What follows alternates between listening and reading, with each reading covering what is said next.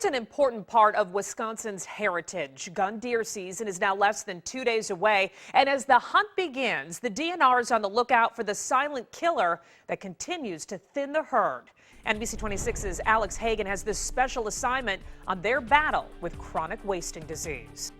CWD was discovered in Wisconsin more than a decade ago, more prevalent in the south central counties of the Badger State. Even today, there are unanswered questions about the disease, but it certainly is a statewide effort to keep it from spreading, not only by the DNR, but by hunters too. It's your typical November day at Cabela's hunting store. Pretty crazy starting now all the way up through the first of the year. Guns, clothes, shells.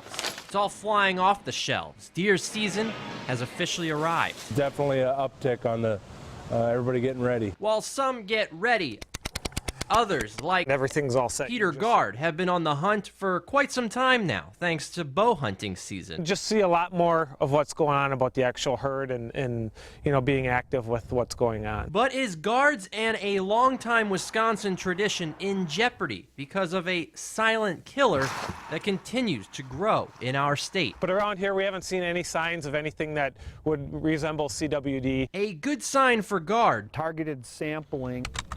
But in other areas, not so much. Chronic wasting disease is part of the reason wildlife specialist Jeff Pritzel is working overtime these days. Since 2002, Pritzel and the DNR have tested more than 200,000 animals. 2,500 tested positive for CWD.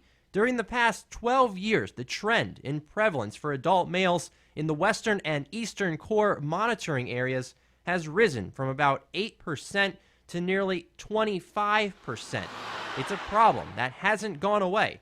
And while northeast Wisconsin is CWD free, kind of a place you'd set up. it could be only a matter of time But you can just find the natural signs as well. before the disease hits our neck of the woods. It's easy to become complacent, but part of our response plan is to continually be monitoring. Pritzel says hunters need to be on the lookout for deer looking skinny, gaunt, possibly hanging out by water, A lot of activity right along the banks here. acting uncoordinated. If we're going to find CWD in our part of the state, that's most likely the way it's going to happen. But here's the million-dollar question. Can humans contract the disease by consuming venison from an infected deer?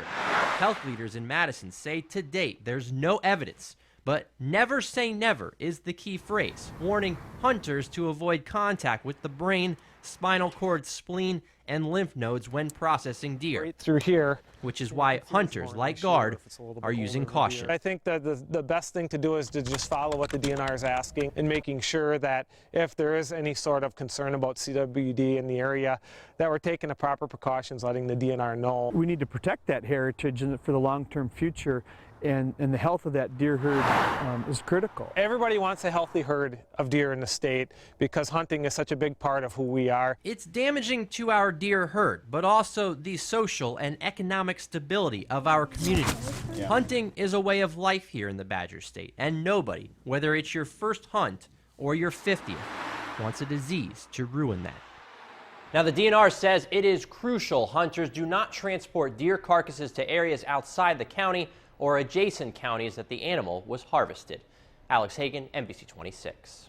To find out more about the DNR's plans to reduce the spread of chronic wasting disease, just head to our website, NBC26.com, and click on this story.